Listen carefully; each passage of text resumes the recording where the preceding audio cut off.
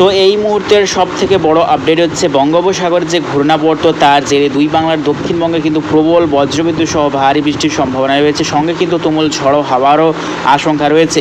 দেখতেই পাচ্ছি কিন্তু হলুদ সতর্কতা রয়েছে পশ্চিমবঙ্গের দক্ষিণ বিভাগের একাধিক অংশে, তার মধ্যে কিন্তু রয়েছে দুই মেদিনীপুর, দুই 24 পরগনা, কলকাতা, আরও দেখতে পাচ্ছি আমরা জামশেদপুর, ঝাড়গ্রাম, এই সর্বত্র নিয়ে কিন্তু মূলত লাল সতর্কতা এবং কোথাও কোথাও হলুদ সতর্কতা রয়েছে।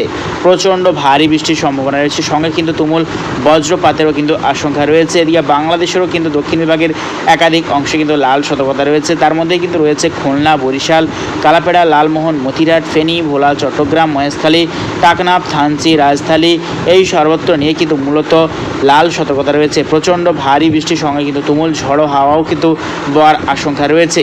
তো ঠিক কবে থেকে এই যে পরিবর্তন বঙ্গোপসাগরে আসছে এবং কবে থেকে দুই বাংলা দক্ষিণবঙ্গে প্রচণ্ড ভারী বৃষ্টি বাড়বে আমরা দেখে নেওয়ার চেষ্টা করব। তো আজকে বুধবার, দেখতেই পাচ্ছি আজকে বুধবার 17 জুলাই। আজকে কিন্তু দেখতে পাচ্ছি দক্ষিণবঙ্গে দুই বাংলার কিন্তু মেঘাচ্ছন্ন পরিস্থিতি হয়েছিল, দুপুরের পর থেকে হালকা ঝিঝির কিন্তু কোথাও কোথাও বৃষ্টিপাতও হয়েছিল দেখতে পাচ্ছি আমরা। এবং আগামীকাল যদি চলে যাই, আগামীকাল বৃহস্পতিবার 18 জুলাই দেখতে পাচ্ছি বঙ্গোপসাগরের ওপরে কিন্তু একটা লো প্রেসার এরিয়া বা ঘূর্ণাবর্ত ধীরে ধীরে কিন্তু সিস্টেম তৈরি করছে, তা কিন্তু স্পষ্টভাবে দেখতে পাচ্ছি আমরা। আগামীকাল কিন্তু লো প্রেসার এরিয়াটা অন্ধ্রপ্রদেশ এবং ভুবনেশ্বরের কাছাকাছি অংশ নিয়ে কিন্তু সক্রিয় হবে। তারপর দেখতে পাচ্ছি ধীরে ধীরে কিন্তু শক্তি সঞ্চয় করছে, অর্থাৎ আগামী পরশু যদি চলে যায় শুক্রবার 19 জুলাই দেখতে পাচ্ছি কিন্তু তা গভীর নিম্নচাপের রূপ নেবে। দেখতে পাচ্ছি আগামী পরশু অর্থাৎ 19 জুলাই শুক্রবার দেখতে পাচ্ছি আমরা ভুবনেশ্বরের কাছাকাছি অংশ নিয়ে কিন্তু তা গভীর নিম্নচাপের রূপ নেবে। তা ঠিক ওই টাইম এর স্পিড বা এর শক্তি কতটা থাকবে আমরা দেখানোর চেষ্টা করব। তো ওই টাইম এর সর্বোচ্চ গতিবেগ থাকতে চলেছে বঙ্গোপসাগরের ওপরে 78 কিলোমিটার প্রত্যেক ঘন্টায় দেখতে পাচ্ছি আমরা। এবং যত কিন্তু টাইম এগোচ্ছে আমরা দেখতে পাচ্ছি আরও কিন্তু শক্তি সঞ্চয় করছে। শনিবার 20 জুলাই দেখতে পাচ্ছি শনিবার 20 জুলাই এর সর্বোচ্চ গতিবেগ থাকতে চলেছে প্রায় 90 কিলোমিটারের কাছাকাছি স্পিড থাকতে চলেছে। দেখতেই পাচ্ছি আমরা ঘন্টায় প্রায় 90 কিলোমিটার স্পিড থাকতে চলেছে। তবে এই যে ঘূর্ণিঝড় প্রভাবে কিন্তু প্রচণ্ড ভারী বৃষ্টির সম্ভাবনা রয়েছে দেখতে পাচ্ছি কিন্তু আগামীকাল এবং আগামী পরশু মূলত দক্ষিণবঙ্গে বিক্ষিপ্ত বৃষ্টির সম্ভাবনা রয়েছে। দক্ষিণবঙ্গে বিক্ষিপ্ত বৃষ্টির সম্ভাবনা রয়েছে দফায় দফায়। তবে আগামী পরশু অর্থাৎ 20 তারিখের পর থেকেই কিন্তু আবহাওয়ার বিরাট পরিবর্তন আসবে। দেখতে পাচ্ছি আমরা প্রচণ্ড ভারী বৃষ্টি 20 তারিখের পর থেকেই কিন্তু বাড়বে দক্ষিণবঙ্গে জেলায় জেলায়। দেখতে পাচ্ছি কিন্তু প্রচণ্ড ভারী বৃষ্টি বাড়বে, অর্থাৎ 21 তারিখ সকাল থেকেই কিন্তু শুরু হয়ে যাবে প্রচণ্ড ভারী বৃষ্টি এবং 20 তারিখ থেকেই মূলত ঝড়ো হাওয়া বইবে এবং দক্ষিণবঙ্গের জেলায় কিন্তু ভারী বৃষ্টি চলবে। আমরা যদি লাস্ট আপডেটের দিকে এগোই দেখতে পাচ্ছি আমরা ঠিক মঙ্গলবার যদি চলে যাচ্ছি 23 জুলাই, মঙ্গলবার 23 জুলাইও দেখতে পাচ্ছি প্রচণ্ড ভারী বৃষ্টির সম্ভাবনা রয়েছে।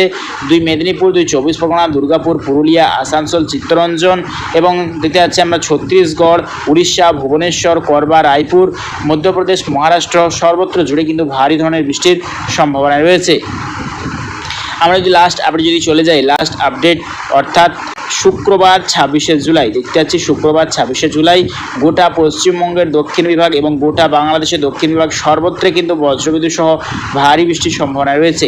আমরা যদি বৃষ্টির মিলিমিটার বা বৃষ্টির পরিমাণ যদি চলে যাই আগামী 10 দিনে কীরকম পরিমাণে বৃষ্টির সম্ভাবনা রয়েছে দক্ষিণবঙ্গ জেলায় জেলায় আমরা দেখানোর চেষ্টা করব। তো আগামী 10 দিনের ক্ষেত্রে দেখতে পাচ্ছি পশ্চিমবঙ্গের দক্ষিণ বিভাগ যেমন দক্ষিণ 24 পরগনা এবং উত্তর 24 পরগনার সাইনে প্রায় 230 মিলিমিটার 240 মিলিমিটার বৃষ্টি রেকর্ড করা যাচ্ছে। এবং দেখতে পাচ্ছি আমরা পূর্ব মেদিনীপুর এবং পশ্চিম মেদিনীপুর সাইনে প্রায় 200 মিলিমিটার বৃষ্টি রেকর্ড করা যাচ্ছে। এবং কলকাতা আর দেখতে পাচ্ছি আমরা কলকাতার সাইনে প্রায় 140 মিলিমিটার বৃষ্টি, চন্দননগর সাইনে 112 মিলিমিটার বৃষ্টি এবং বাঁকুড়া, দুর্গাপুর, পুরুলিয়া এই সর্বত্র নিয়ে প্রায় 125 মিলিমিটার বৃষ্টি এবং বর্ধমান সাইনে দেখতে পাচ্ছি প্রায় 80 মিলিমিটার বৃষ্টি। এবং বাংলাদেশের দক্ষিণ বিভাগ যেমন দেখতে পাচ্ছি আমরা লোহাগাড়া, যশোর এই সর্বত্র নিয়ে প্রায় 150 মিলিমিটার বৃষ্টি এবং খুলনা, সাতক্ষীরাই, স্বয়ংনগর এই সর্বত্র নিয়ে প্রায় 170 মিলিমিটার এবং 200 মিলিমিটার বৃষ্টি, বরিশাল সাইনে প্রায় 160 মিলিমিটার বৃষ্টি, মতিরহাট, ফেনী, ভোলা এই সর্বত্র নিয়ে প্রায় 200 মিলিমিটার বৃষ্টি এবং চট্টগ্রাম সাইনে প্রায় 250 মিলিমিটার বৃষ্টি এবং দেখতে পাচ্ছি আমরা টাকনাফ সাইনে প্রায় দেখতে পাচ্ছি 500 মিলিমিটার বৃষ্টি। আগামী 10 দিনে কিন্তু প্রবল বৃষ্টির আশঙ্কা রয়েছে। এদিকে দেখতে পাচ্ছি আমরা মধ্যপ্রদেশ, মহারাষ্ট্র, মুম্বাই সাইডে দেখতে পাচ্ছি প্রায় 500 মিলিমিটার বৃষ্টি।